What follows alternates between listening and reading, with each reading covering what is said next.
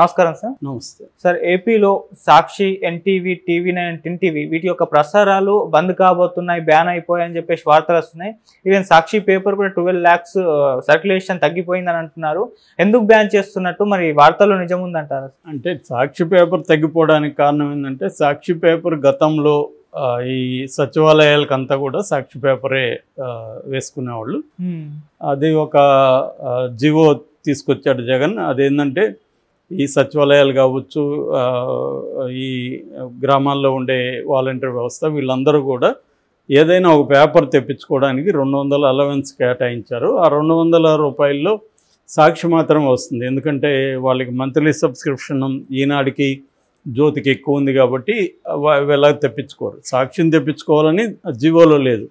మీకు ఇష్టం వచ్చిన పేపర్ తెప్పించుకోమని 200 ఇచ్చారు. 200 సాక్షిని వస్తుందని వాళ్ళు సాక్షిని తెప్పించుకున్నారు. ఓకే, యాక్చువల్గా అదేంటంటే సాక్షి సర్క్యులేషన్ని పెంచడం కోసం జగన్ తీసుకున్న ఒక ఎత్తుగడ. ఎందుకంటే మామూలుగా అయితే ఏది లార్జెస్ట్ సర్క్యులేటెడ్ ఉందో దానికి యాడ్స్ కంపల్సరీ ఇవ్వాలి. కానీ జగన్ ఏంటంటే రామోజీరావును ఆర్థికంగా దెబ్బతీయడం కోసం, ఈనాడుని ఆర్థికంగా దెబ్బతీయడం కోసం ఈనాడికి యాడ్స్ ఇవ్వకుండా ఉండాలంటే ఈనాడు లార్జెస్ట్ సర్క్యులేటెడ్గా ఉండకూడదు అనేది ఒక దాంట్లో ఒక గోలు. రెండో గోలు సాక్షిగానే ముందుకు వస్తే సాక్షి సర్క్యులేషన్ కూడా పెరుగుతుంది. రెండోది సాక్షికి యాడ్స్ ఇవ్వచ్చు. రెండోది ఏంటంటే ఏది సర్క్యులేషన్ పెంచుకుంటే దానికి ప్రైవేట్ యాడ్స్ కూడా ఎక్కువ వస్తాయి. ఇలాగది మల్టీ ప్రాంగ్డ్ అప్రోచ్ అంటారు. అంటే బహుముఖ ప్రయోజనాలను ఆశించి జగన్ ఒక ప్లాన్ చేశాడు. సో దాన్ని వ్యతిరేకిస్తూ ఈనాడు కోర్టుకు వెళ్ళింది. అది ఫైనల్గా ఢిల్లీ హైకోర్టులో ఉంది, కేసు ఇప్పటికి నడుస్తుంది. సో అందువల్ల ఇదైంది. ఇప్పుడు ఈవేళ గవర్నమెంట్ రాకముందే ఆల్రెడీ గవర్నమెంట్ ఫంక్షనింగ్కి వెళ్ళిపోయింది. యాక్చువల్గా అయితే ఇప్పుడు జగన్ ఆపద్ధర్మ ముఖ్యమంత్రిగా ఉండాలి. కానీ చంద్రబాబు ఏంటంటే ఆయన ఎన్నికలు అవగానే ముఖ్యమంత్రి రోల్లోకి వెళ్ళిపోయాడు. ఇప్పుడైతే ఇంకా డైరెక్ట్గా రిజల్ట్ రాగానే ఆయన డైరెక్ట్గా అందరినీ గైడ్ చేయడం, అందరితో మాట్లాడడం అన్నీ అయిపోయింది. సో లోకేష్ కూడా రంగంలోకి దిగేశాడు. అంటే వాడెవరో చెప్పిన డ్యూటీ ఎక్కేశారు వీళ్ళు. సో డ్యూటీ ఎక్కేశారు కాబట్టి నిర్ణయాలు కూడా చకచకాన్ని అమలు చేసేస్తూ ఉన్నారు. వీళ్ళకి అంటే 5 ఏళ్ళు గ్యాప్ అనేది దాదాపు 50 ఏళ్ళ గ్యాప్ లాగా ఫీల్ అయినట్టున్నారు. ఏమాత్రం ఒక క్షణం కూడా వేస్ట్ చేయట్లే, అన్నిట్లో దిగేశారు. అలాగా ఇది కూడా ఆపేశారు. దానివల్ల సాక్షి సర్క్యులేషన్ ఆల్రెడీ తగ్గిపోయింది. సో ఇక గవర్నమెంట్ యాడ్స్ కూడా ఉండవు సాక్షికి. ఆల్రెడీ సాక్షి స్టాఫ్ను కూడా తీసేస్తారు. ఇలా రకరకాల పుకార్లు వస్తున్నాయి. ఇది గతంలో కూడా వచ్చాయి. సాక్షిని మూసేస్తున్నారు. అది వాళ్ళు వ్యాపారం, అది వాళ్ళకు ఒక పార్టీ పత్రిక, ఖచ్చితంగా వాళ్ళకి అవసరం పత్రిక. లాస్ అయినా కూడా నడుపుతారు వాళ్ళు. ఇప్పుడు ఆంధ్రజ్యోతిని ఈనాడు నలపలేదా? ఆంధ్రజ్యోతి లాస్ ఉంటే ఎవరు పే చేశారు? చంద్రబాబు చేశాడని అందరూ చెప్తున్నారు కదా. కాబట్టి ఈ ఒక ఫెయిల్యూర్ మీడియా కూడా వాళ్ళు పంప్ చేసి నడుపుతారు రాజకీయ పార్టీలు. వాళ్ళు దేశవ్యాప్తంగా మెయిన్ స్ట్రీమ్ మీడియా అంతా కూడా రాజకీయ పార్టీల చేతిలోనే ఉంది. కాబట్టి వాళ్ళే ఫైనాన్స్ చేసి నడుపుతుంటారు. నిజానికి చాలా మీడియా సంస్థలు సెల్ఫ్ సస్టైన్డ్ కావు ఫైనాన్షియల్గా. వాళ్ళకి బయట నుంచి పోయి ఇలా రూపంలో పంపింగ్ జరుగుతుంది కాబట్టి అవుతుంది. మనం కూడా మీడియాలో ఉన్నాం, మనకు తెలుసు ఒక మీడియాని నడపడం అంటే పరిస్థితి ఏంటనేది మనకు అర్థమవుతుంది. కాబట్టి ఇవాళ ఏ సాక్షి మూతపడిపోతుందని నేనైతే అనుకోవట్లేదు. ఖచ్చితంగా ఇబ్బందులు అయితే ఉంటాయి. గతంలో జ్యోతి, ఈనాడు వీళ్ళు ఇబ్బందులు ఎదుర్కొని నిలబడ్డారు కదా. ఈ 5 ఏళ్ళు పోరాటం చేశారు. జ్యోతి కూడా బ్రహ్మాండంగా పోరాటం చేసింది. ఈనాడు అంత ఎస్టాబ్లిష్మెంట్ జ్యోతికి లేదు. సో ఈనాడు గ్రూప్కి ఏంటంటే వాళ్ళకి మార్గదర్శి ఉంది కాబట్టి ఆ ఫండ్స్ని వాళ్ళు మిగతా కంపెనీల్లో పెట్టుబడులు పెట్టుకుంటూ మిగతా కంపెనీలని పెంచుకుంటూ రాగలిగారు. తక్కువ వడ్డీకి అది వస్తుంది కదా. సో దాన్ని ఇల్లీగల్ అని చెప్పారు, అది వేరే విషయం. సో ఇప్పుడు మామూలుగా అయితే మనకి గతంలో జగన్ కూడా ఆంధ్రజ్యోతిని కొన్ని చోట్ల కేబుల్ ఆపరేటర్లతో చెప్పి రానేకుండా చేయడం అనేది చేశాడు. ఎందుకంటే ఓపెన్గానే రాజశేఖర్ రెడ్డి అసెంబ్లీలో సైతం ఆ 2 పత్రికలు అనేవాడు, ఈనాడు, జ్యోతిని. సో అట్లాగా ఫస్ట్ టైం నాకు తెలిసి మన ఉమ్మడి ఆంధ్రప్రదేశ్ హిస్టరీలో ఓపెన్గా ఈనాడు, జ్యోతి ఒక మీడియా టాప్ మీడియా సంస్థల్ని ఎనిమీస్గా ఓపెన్గా డిక్లేర్ చేసేసి వాటితో ఫైట్ చేసింది రాజశేఖర్ రెడ్డి. అందుకని ఆయన సాక్షిని తీసుకొచ్చాడు. సాక్షిని తీసుకొచ్చి ఈనాడికి కౌంటర్గా మన మెయిన్ స్ట్రీమ్ పత్రిక ఉండాలని చేశాడు. అంతకుముందు ఉదయం కూడా ప్రయత్నం చేసింది కానీ సక్సెస్ కాలేకపోయింది. సో రాజశేఖర రెడ్డి దాన్ని పకడ్బందీకి చేయగలిగాడు.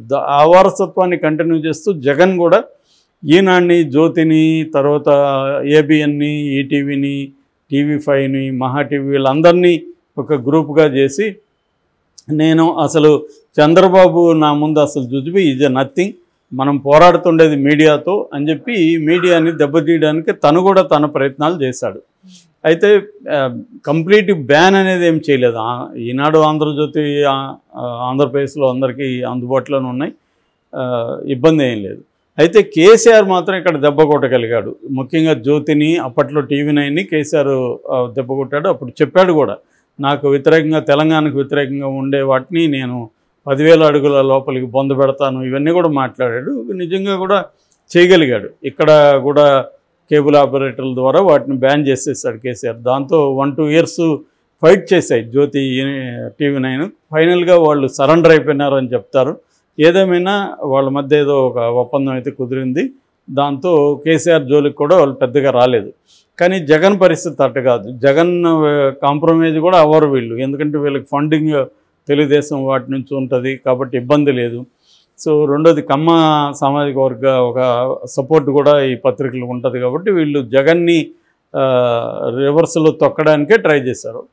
సో ఆ క్రమంలో జగన్ ఫైట్ చేశాడు. తన వల్ల కాలేదు నిజానికి. జగన్ ఈ బ్యాటిల్లో ఖచ్చితంగా ఓడిపోయాడు. మామూలుగా ఓటమి కాదు, అది చాలా దారుణంగా ఓడిపోయాడు.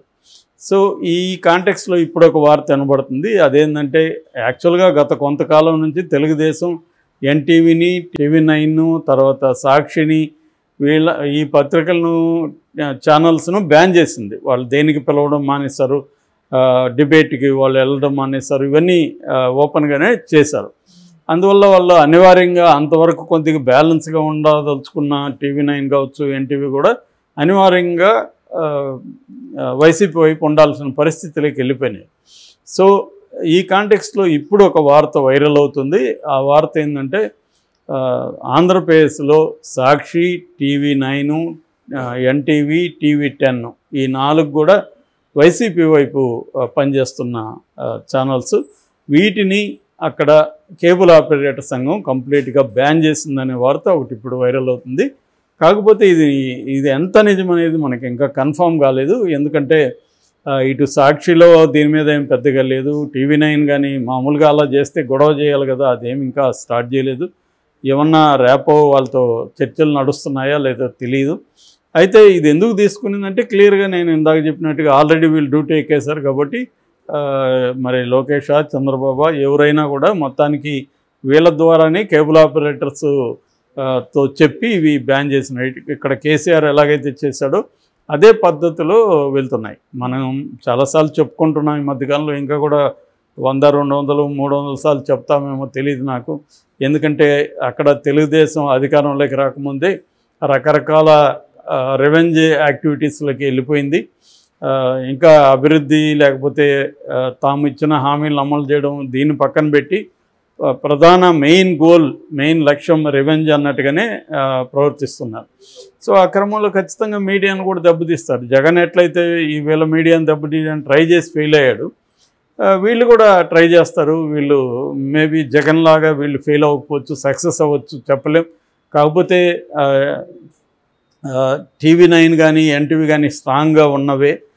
వాళ్ళని మరి వీళ్ళు ఎంత దెబ్బ కొట్టగలుగుతారని చూడాలి. వాళ్ళకి గతంలో ఇట్లాంటి అనుభవం ఉంది. ముఖ్యంగా టీవీ9కి గతంలో కేసీఆర్తో ఫైట్ చేసిన అనుభవం ఉంది.